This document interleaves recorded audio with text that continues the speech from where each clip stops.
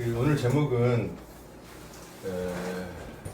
짝사랑의 완성이라고 했는데 좀 더 생각을 해보니까 보지 않고 믿는 믿음의 시대가 더 좋을 것 같더라고요. 두 개 다 같이 겸해서 설명할 수 있습니다. 이제 짝사랑은 잘 안 된다고 그러잖아요. 거기 선생님도 짝사랑 있어요? 있었어요 옛날에? 저는 옛날에 있었어요. 근데 안 되더라고요. 어디 집사람이 있는데 그래서 대부분 짝사랑은 추억으로 끝나고 완성이 되지를 않는다고 그러잖아요. 그래서 결혼하고 나서도 나중에 짝사랑을 생각하는 사람 그 때문에 부부싸움 일어나고 막 그러거든요. 짝사랑은 잘 완성이 안 돼. 근데 짝사랑을 완성시킨 분이 있는데 그분이 예수 그리스도입니다. 어떻게 짝사랑을 완성시켰냐? 첫 번째, 짝사랑은 뭐 외로워요. 혼자만 좋아하잖아요. 혼자만 생각하고 혼자 좋아하고 혼자 고민하고 혼자 웃고 혼자 슬퍼하고 막 그러거든요. 예수님은 하나님이 6,000년 동안 인간을 사랑하셨네요. 지금도 사랑하고 계시고, 예수님이 너무너무 이 땅에 오셔서 죄 없는 분이 죄 없이 오셔서 하나님이신 그분이 너무너무 사랑한 거예요. 그런데 제자들이 예수님을 따랐는데 예수님이 기적을 일으킬 때는 환호했잖아요. 대단하고 따라갈 것 같고 같이 죽을 것 같고 그랬는데 어떻게 돼요? 다 배신해버려요. 근데 예수님이 그거 알면서 사랑한 거예요. 그리고 어떻게 사랑했느냐? 끝까지 사랑한 거예요. 오늘도 본문에 나오지만은 제자들은 배신의 역사예요. 주를 위해서 같이 죽겠나 해야 되는데 막상 예수님이 십자가에 죽으실 때는 어떻게 됐어요? 다 도망가 버려요. 다 부인하고 도망가고, 그리고 의심하고, 오늘도 보면은 또 의심을 하는 거예요. 제자들도 불안해하고, 부활하셨다 그래도요, 부활하신 주님을 봐도 불안해. 두려워서 문을 잠고 숨어 있고, 또 제자들 디두모라는 그 도마는, 제자는 의심을 하는 거예요. 근데 어떻게? 변함없이 그들을 찾고 사랑하시는 거예요. 그래서 마지막에 성령을 그들에게 부어주시면서 완성시키는 거예요. 어떻게 완성이 되냐? 주님이 죽기까지 사랑할 감동에 대해서 성령을 받음으로 말미암아 나도 이제 주님을 위해 죽기까지 나가는 그 사랑의 완성이 이루어지거든요. 가끔 우리 그런 말 하잖아요. 아니, 교회에 다니다가 말하는데 천국 갈 수 있나요? 또는 담배 피우는데 술 먹는데 그래도 갈 수 있나요? 그건 아무 상관이 없어요. 그 예로요, 예수님이 사랑하는 사람들은 잘난 사람들이 아니에요. 오히려 잘났다고 하는 바리새인들은 하나님이 거절해버려요. 근데 세리는 완전히 매국노거든요. 또 창녀를 만나시잖아요. 십자가에 죽은 강도, 오른쪽 강도를 주님이 만나시잖아요. 휴가생의 여자, 남편을 5명이나 바꿔먹은 그런 여자예요. 그런데도 그 여자를 만나서 사랑해 주시거든요. 자기 백성들을 사랑하시는 거고, 또 사랑하시되 끝까지 사랑하시는 거고, 귀엽고 완성을 시키시는 거예요. 그래서 우리 생각 속에 혹시라도 우리 아버지는, 우리 애들이 그럴 거예요. 우리 아버지는 목사 같지를 않아. 저는 애들이 예전에는 절대 못하겠거든요. 술 먹으면 죽을 줄 알아. 담배 피우면 죽는다 그랬거든요. 지금은 아무 말 하지 않아요. 제가 오랜 시간 목회를 하면서 주님에게 다루심을 받고 보니까 그건 아무것도 아니더라고요. 아무것도 아니에요. 그렇다고 막 해라 그런 말은 아니죠. 지금 캐나다에서 애들이 오잖아요. 그럼 같이 맥주 한 잔씩 해요. 시험 들고 그러지 마십시오. 야들고 가는데요.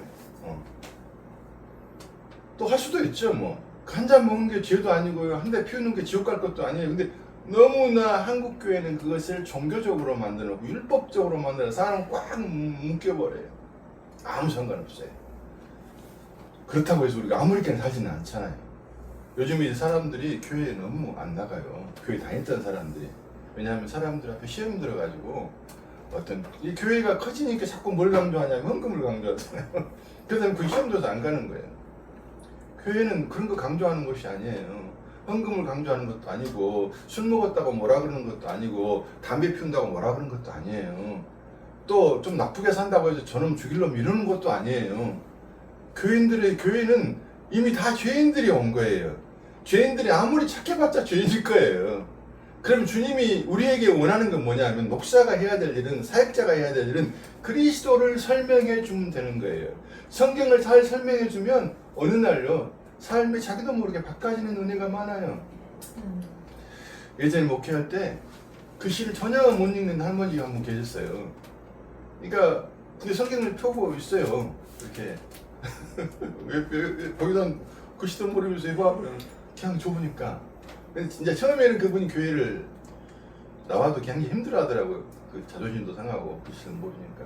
난 놓고 기억들을 모르니까. 그랬는데 나중에 글씨를 읽게 됐을까요? 못 읽게 됐을까요? 읽게 된 거야. 할머니가 성경을 매일 봐요. 하나님의 은혜가 있고 사랑하게 되니까 관심을 가지고 보기 시작하는 거예요. 우리 성대 형제도 그렇게 전진하는 은혜 있기를 바랍니다. 저는 그런 말도 한번 했어요. 성대 형제야, 너 조금 열심히 해가지고, 제가 이제 신학교 가르치잖아요. 신학교 가서 공부해가지고 목사 되면 어쩌겠냐. 장애인 목사 되면 너무 좋잖아. 게다가 생각을 해보겠지만 쉽지 않다고 그래도 아니, 할 수 있어요. 이 정도 수준이면 조금만 더 전진하면요, 목사가 막 공부를 잘해야 되는 건 아니거든요.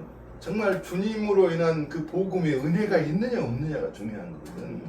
그것만 있으면요 나이하고 장애하고 상관이 없어요. 나이가 많아도 할 수 있는 것이고 장애라도 할 수 있는 것이고요. 얼마든지 할 수, 그리고 얼마든지 하나님이 고쳐 쓰셔요. 근데 어떤 사람을 고쳐 쓰시냐면 하나님을 사랑하고 하나님 말씀을 즐거워하는 사람들을 하나님이 변화시키시고 전진시키시는 거예요. 그래서 성경은 하나님 말씀, 유일하게 성경이 이 세상에 하나님 말씀이에요. 하나님의 특별 계시예요. 그래서 이 성경을 읽다가 변화된 사람이 많아요.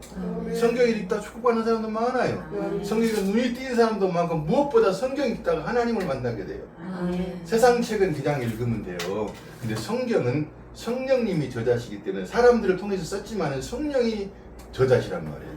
그래서 성령께 기도하고 성경을 읽으면 뭔가 빛이 오기 시작해요. 그 빛을 따라가는 사람들이 정상적인 그리스도인들입니다. 근데 이 정상적인 그리스도인들이 많지가 않아요, 교회가. 그래서 제가 목회를 다시 하는 이유 중에 한 가지, 하나님, 내가 정말 하나님이 택한 사람 한두 명만 있으면 나 같이 목숨 내고 해보랍니다. 저 전라도 사람이라서 말했죠. 근데 한 분이 오셨어요. 성집사님 한 번 오셨고, 우리 성대 형님도 오셨고, 맞고, 성대 형님하고 너무 즐거워요. 자꾸 이렇게 전진대감 있고, 그리고 무엇보다 성실해요. 그렇게 하면은 하더라고요. 그래서 이번에 공부 좀 열심히 해가지고 한번 해보자. 근데 오늘 말씀은 주님이 얼마나 짝사랑으로 외로웠는지 몰라. 아무도 몰라, 예수님이 누구인지를. 하나님이라고 말해도 몰라. 왜 그러느냐? 하나님이 은혜를 주시고 성령의 역사해야 알게 되는 거예요. 그리고 지금은 어떤 시대가 시작됐냐면, 구약은 보이는 시대예요. 보이는 것을 믿는 시대예요. 근데 신약의 성도들은 보이지 않는 것을 믿는 시대가 시작된 거예요. 놀라운 사람들이죠. 그래서 오늘 주님이 그런 말, 이제 보고 믿는 세대가 아니야, 보지 않고 믿는 세대인데, 그것은 무엇으로 가능하느냐 하면 성령이 너희 가운데 오시면은 보지 않고도 믿는 은혜와 축복이 있는 거야. 놀라운 거예요. 놀라운 거예요. 우리는 다 눈에 보이는 것만 보고 살잖아요. 눈에 보여야 되고 들려야 되고 만져야 되고, 그게 진짜인지 안단 말이야. 근데 100년 뒤에 우리가 지금 여기 눈에 보이는 사람 있어요, 없어요? 100년 뒤에는 없어요. 없어요.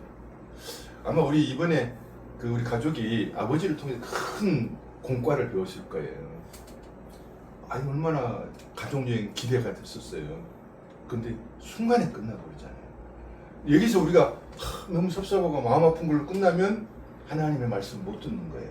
그래서 제가 지난번에도 말씀드렸지만, 하나님은 굉장히 중요한 공과를 우리 박 집사님을 통해서 보여준 거예요.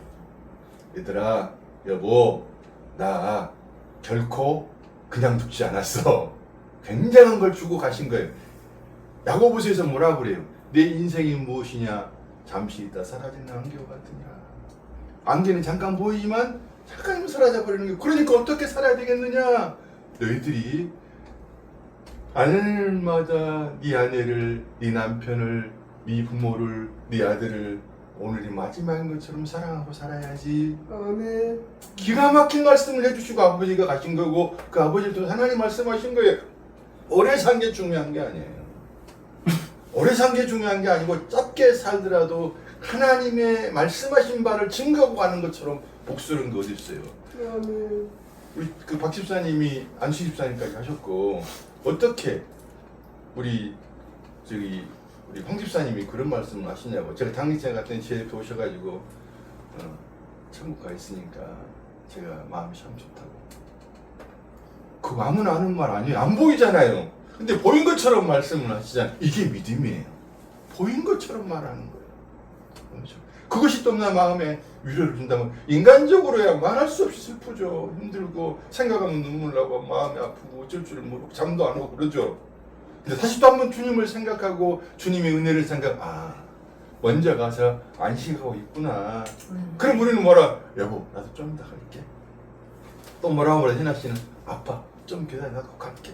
성지 알겠지? 그래서 우리 성대 형제한테 그 우리 아들 참 멋있대. 그 손자가 할아버지한테 편지 썼는데 감동되대요. 제가 듣고 있는데 이 감동되더라. 그래서 할아버지 참 잘 사셨구나. 우리 박 집사님이 가족들과 손주들까지 사랑하면서 잘 사셨구나. 그런 생각이 들었습니다. 어쨌든 우리는 그 안 보이지만 그것을 믿고 소망 가운데 전진하는 사람들이 저희들입니다. 그래서 이제 오늘 본문에 이튿날 안식 후 첫날 제자들이 유대인들의 두려워하는 두려워해서 모인 곳에 문들어 닫았더니 예수께서 오사 가운데 서서 이르시되 너에게 평강이 있을지. 이미 예수님이 부활한 걸 안단 말이에요. 근데도 두려워하는 거예요. 우리의 연약함이. 근데 이 두려워하는 마음이 나중에 완전히 없을 때가 언제냐면 성령을 받았을 때. 나중에 사도행전은 성령을 받고 나서 두려움이 없어져요. 죽이려면 죽이라고 그래요. 그 기가 막힌 평강을 얻게 돼요. 어떤 평강이냐면 베드로가 복음을 전하다 잡혀가지고 감옥에 죽게 생겨서 내일 너 사형이야 이 새끼야.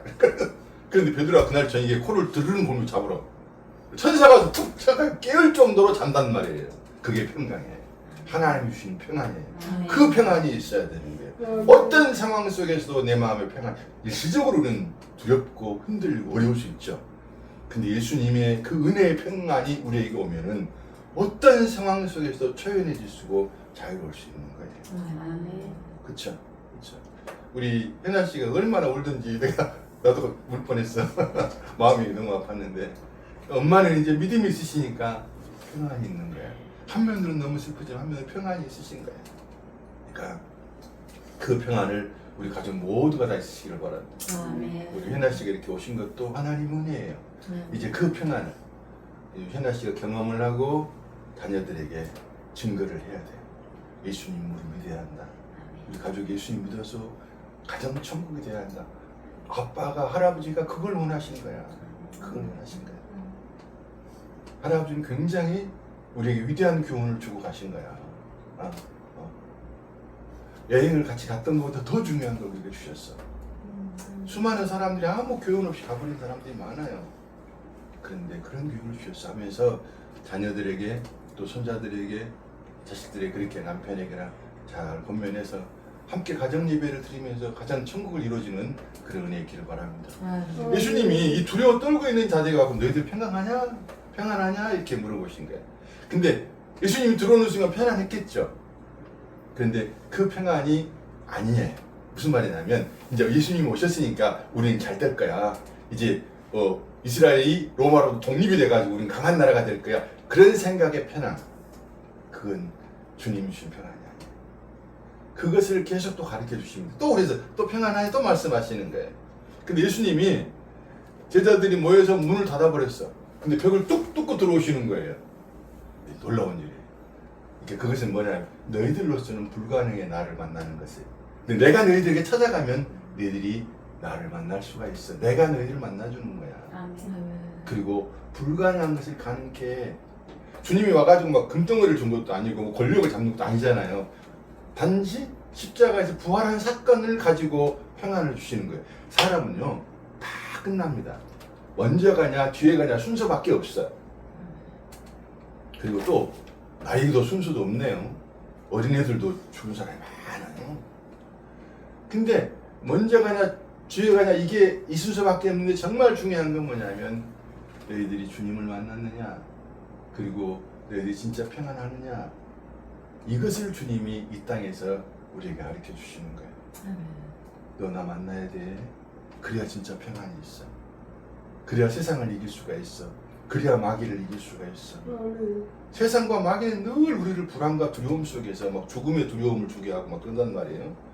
사람들은 다 두려움이 있어요. 죽음에 대한 두려움. 그래서 예를 들면 우리 권사님 나 천국 가고 싶다 맨날 죽고 싶다 그래도 막상 아프면 뭐죠? 아이고 병원 가야지. 안돼 병원 안 가야지 죽고 싶으면 근데 간단 말이에요. 본성적으로 두려움이 있어요. 그리고 내가 외로움에 대한 두려움, 거절당한 두려움, 불안들이 다 있죠. 아픔에 대한 두려움, 다 두려움들이 있어요. 잃어버림에 대한 두려움. 내가 내 자식을 잃어버리면 어떻게 하나, 내 남편을 잃어버리면 어떻게 하나, 내 직업을 잃어버리면 어떻게 하나, 다 사랑하는 사람들 잃어버리면 이 두려움들이 다 있어요. 그런데 예수님이 역사하시기 시작하면 그 두려움이 사라지며 평안해지면서 죽음이 결코 두렵지 않는 사람인데 세상에서 가장 두려운 건 죽음일 거예요. 근데 그 죽음 너머의 세상을 보니까 두려움이 없죠. 캐나다 안 가봤지? 캐나다 안 가보셨죠? 전 캐나다 가봤어요. 거기 누가 있는지 아세요? 우리 애들이 있어요. 사람들은 몰라. 근데 나는 알아. 캐나다라는 나라가 있고 거기 내 사랑하는 자식들이 있다고. 예수님이 분명히 계시고 예수님의 나라, 하나님의 나라가 있습니다. 안 보인다고 없는 게 아니라니까요. 안 보이지만 저 나라가 있는 것처럼 안 보이지만 하나님 나라가 있고 예수님이 계시는 거예요. 그 예수님이 우리를 팔 벌리고 지금 기다리고 계시는 거예요. 그리고 성령으로 우리 가운데 함께 하시고. 그래, 너희들 고생 많지? 힘들지? 그러나 나 때문에 평안한 것 좀 배우고 와. 그리고 보이지 않지만 내가 존재하다는 것을 너희들이 공부하고 와. 그거예요. 그래서 도마가 의심을 막 했어요. 그랬더니 예수님이 왜 도마가 의심을 했을까 생각을 해보면 아니 너희들 예수님이 부활한 거 봤다면서 근데 왜 그렇게 두려워해? 왜 그렇게 걱정하고 불안해? 이런 생각이 있었을지도 몰라요. 내 생각에. 그래서 야 너희들 진짜 봤어?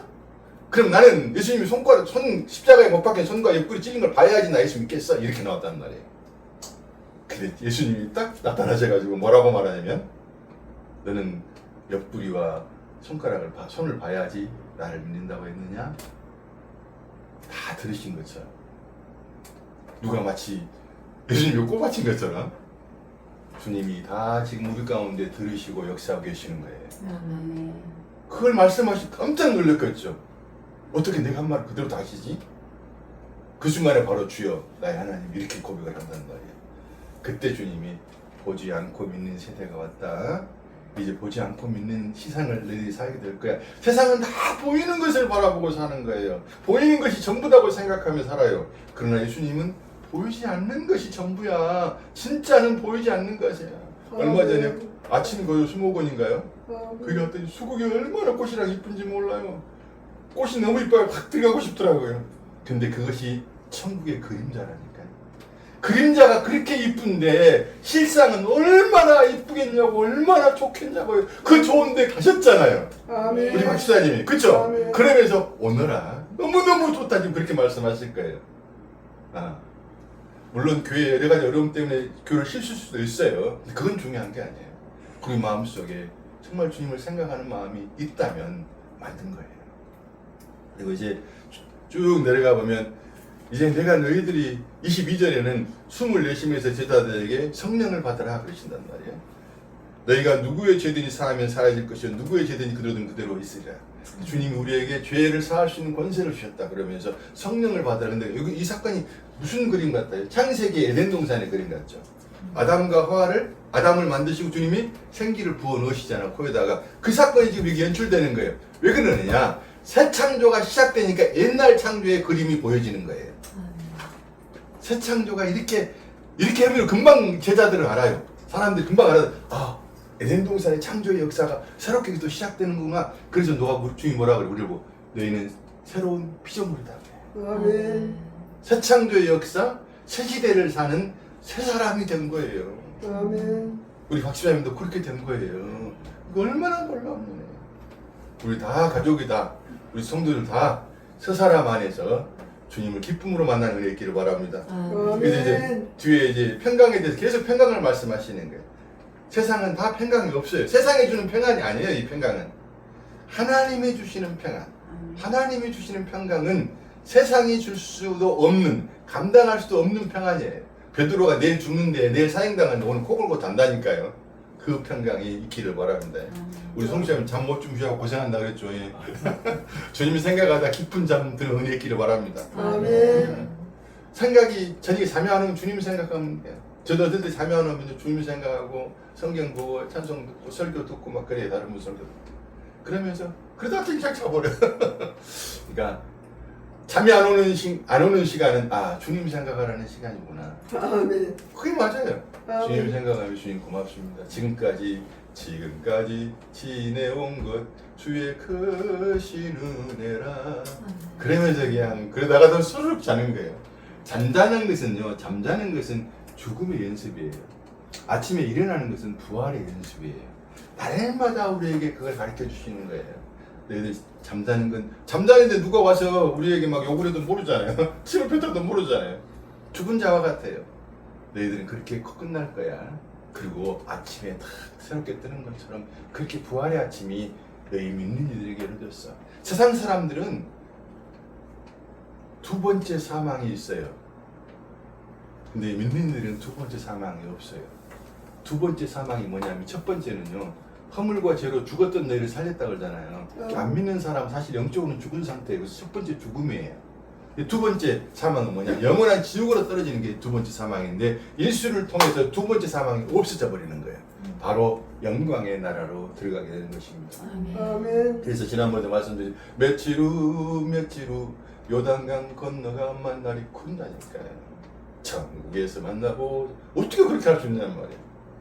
그것은 우리에게 영원한 평안을 주셨고 그리고 그 믿음을 주셨기 때문에 그게 가능한 것입니다.